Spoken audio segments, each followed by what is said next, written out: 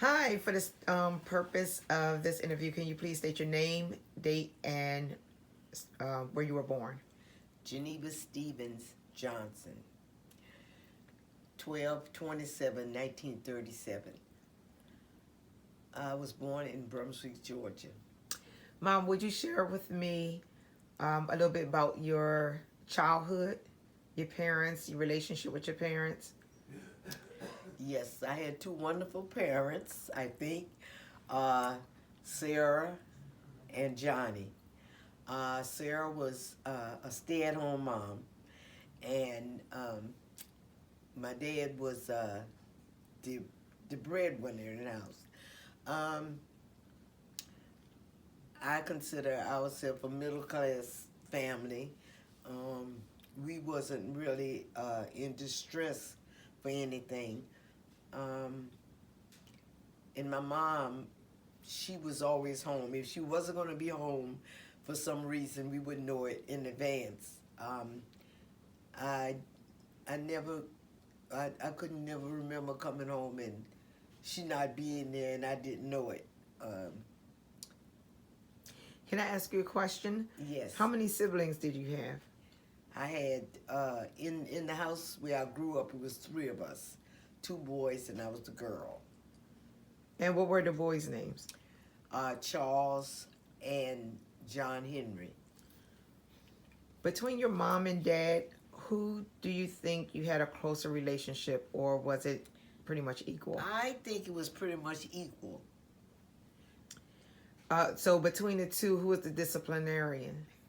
My mom was. She was a big disciplinarian. Can you tell me a little bit about how she served her discipline? Well, most of the times with a spanking. Um, we would not be allowed to play. You know, if our friends came over or something, if we did something wrong. Okay. So do you think that the discipline actions had a positive impact on your growth or a negative impact? I think it had positive. Excuse me. Do you see a difference? Where is there a difference between how you were disciplined by your mom and how you disciplined your children? Um, yes.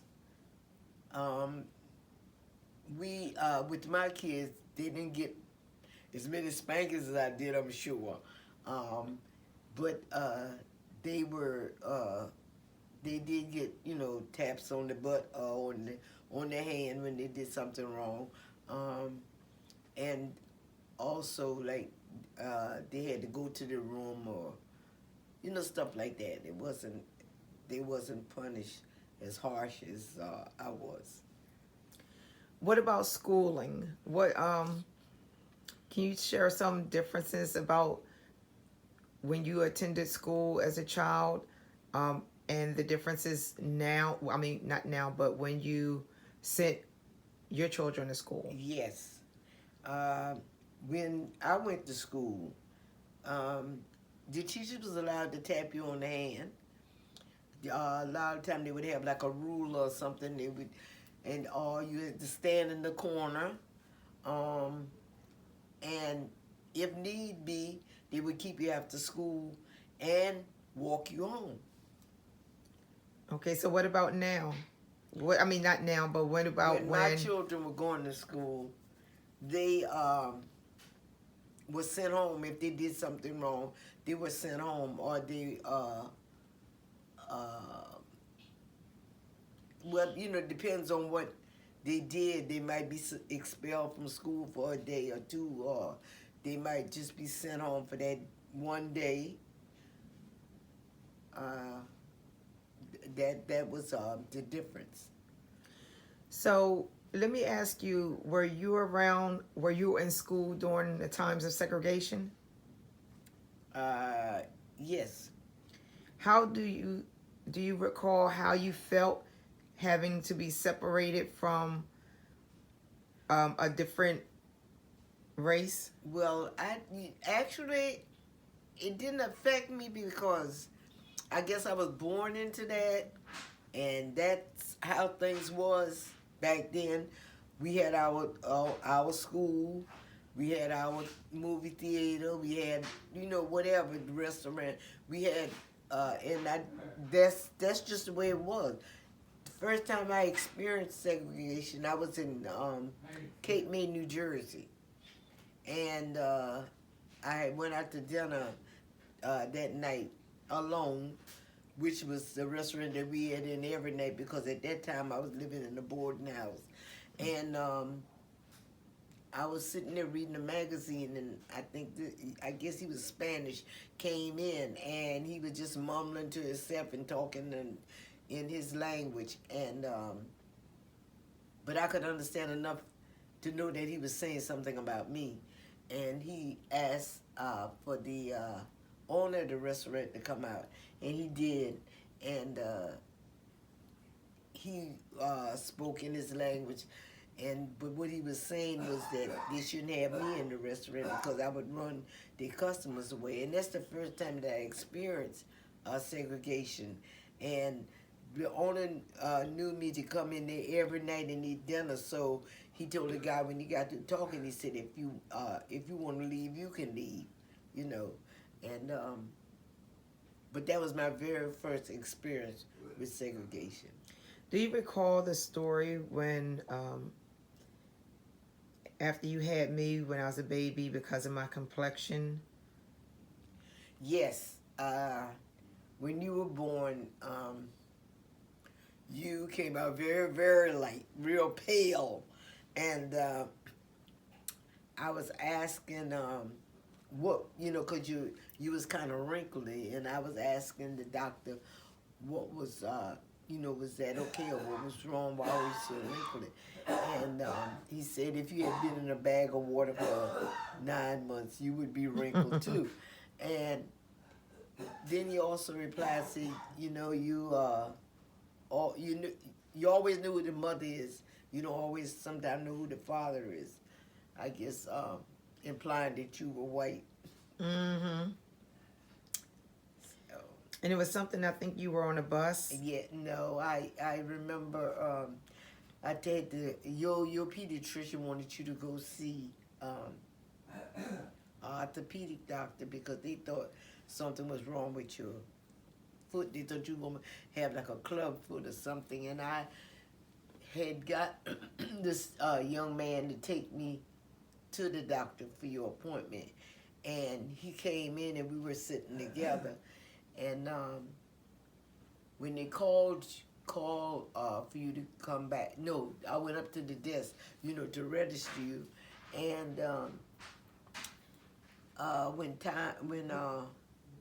the lady looked over and she said, the next time you and your baby come here without an appointment.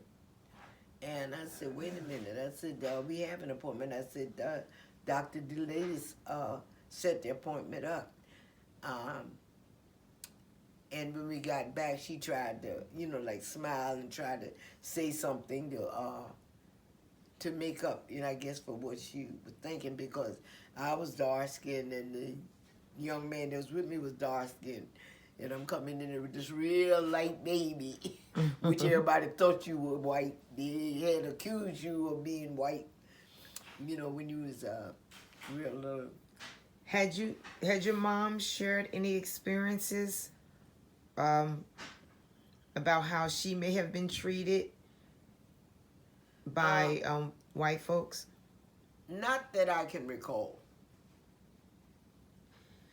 So can you tell me a little bit about the structure of your home?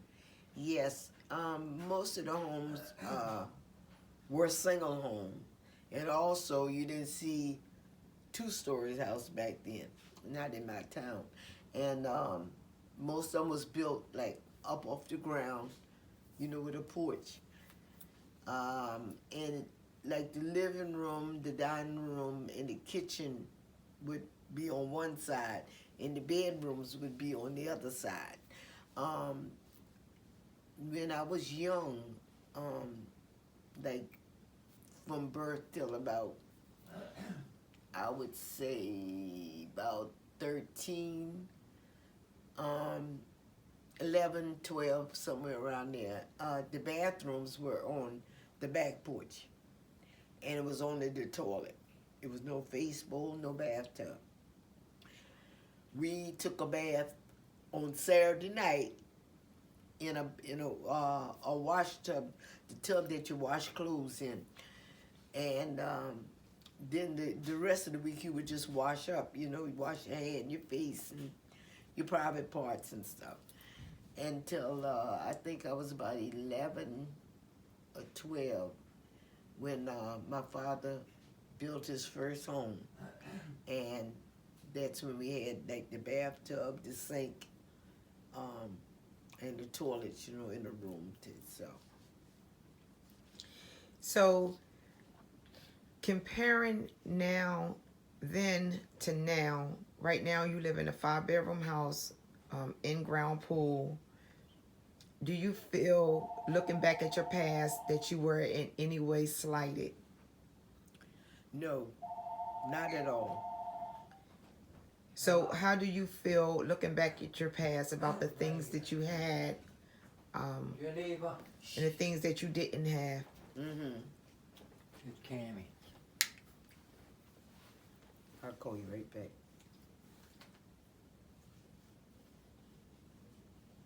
Did you hear me? I'll call you right back. Sorry about that. That's okay. Mhm. So do you feel, I was asking about how you felt looking back, looking at the things that you have now, and then looking back at your past. Some folks tend to say that, oh my God, we had nothing. They don't look at it as having everything that they needed to survive. So tell me a little bit about how you feel about the things that you have, that you had then.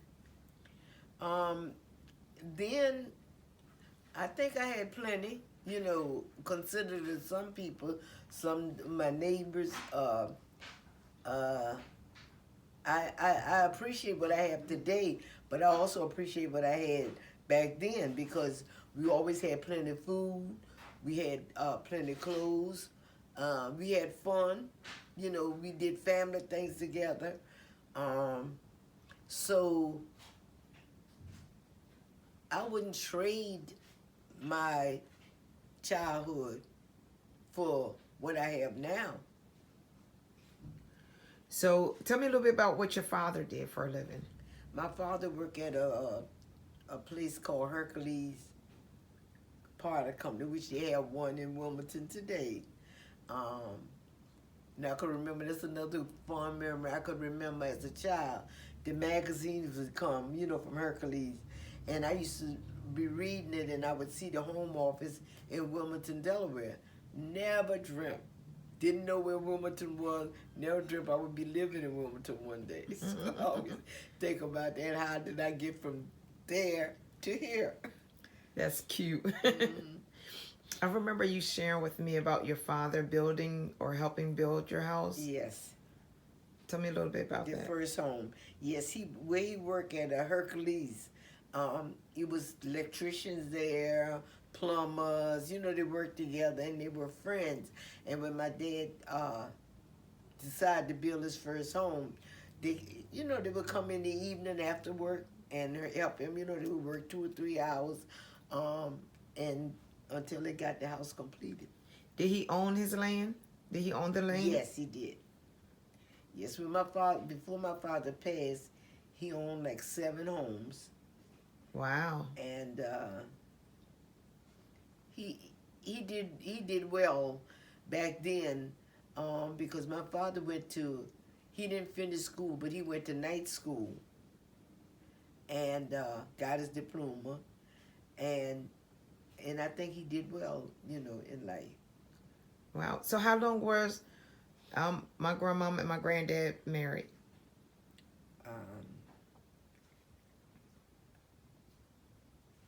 I would say at least 30 years before she passed away. Wow, that's a long time. Mm-hmm. And how many children do you have? 4. You have 4 children. Mm-hmm. Do you? 7. 7. So of the I 7, adopted 3. you adopted 3. How do you feel about your parenting skills compared to how you were parented? Um, I feel as though that I did the. I don't, like I said, I don't regret my childhood.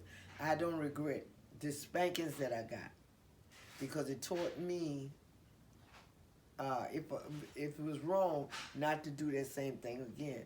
But today, I mean, when I raised my children, it was different, and I don't feel bad about my parenting.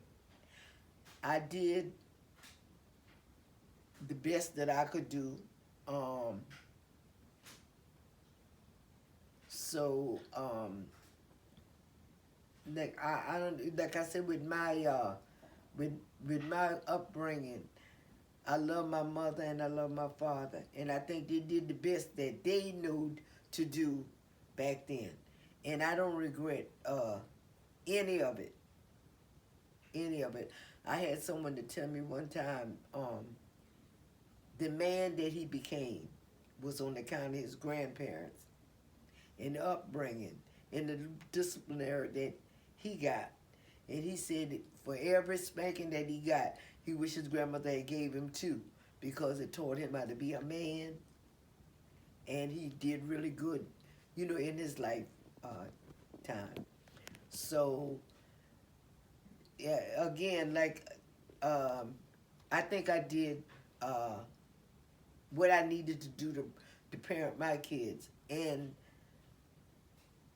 I believe that most of them appreciate me for, the things that I instilled in them.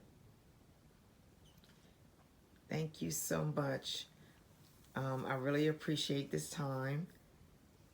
You are more than welcome. I love you so much. I love you.